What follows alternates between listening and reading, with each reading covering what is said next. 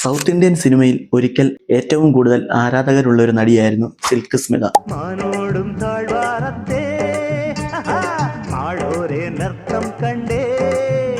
എന്നാൽ പ്രശസ്തിയും പണവും ഉണ്ടായിട്ടും അവരുടെ ജീവിതം ദാരുണമായി അവസാനിച്ചു. ആരായിരുന്നു സിൽക്ക് സ്മിത?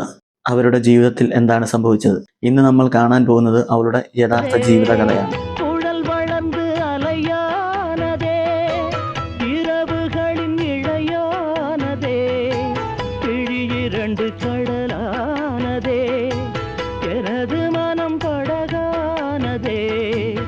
സിൽക്ക് സ്മിതയുടെ യഥാർത്ഥ പേര് വിജയലക്ഷ്മി എന്നാണ്.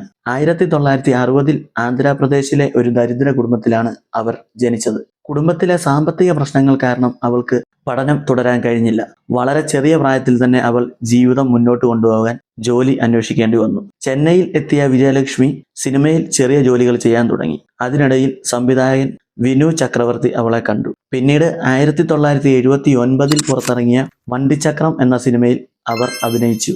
ആ സിനിമയിലെ കഥാപാത്രത്തിന്റെ പേരാണ് സിൽക്ക്. അതിനുശേഷം വിജയലക്ഷ്മി എല്ലാവർക്കും സിൽക്ക് സ്മിതയായി മാറി.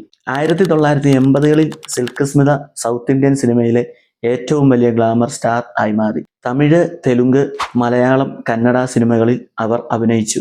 അവർ അഭിനയിച്ച ചില സിനിമകൾ വലിയ ഹിറ്റായി. സ്ഫടികം, അഥർവം, രതിലയം, ലയനം, മാഫിയ, പള്ളിവാതുക്കൽ തൊമ്മിച്ചൻ, കിരീടമില്ലാത്ത രാജാക്കന്മാർ, ഇതൊക്കെയാണ് സിൽക്ക് അഭിനയിച്ച മലയാളത്തിലെ ചില സിനിമകൾ.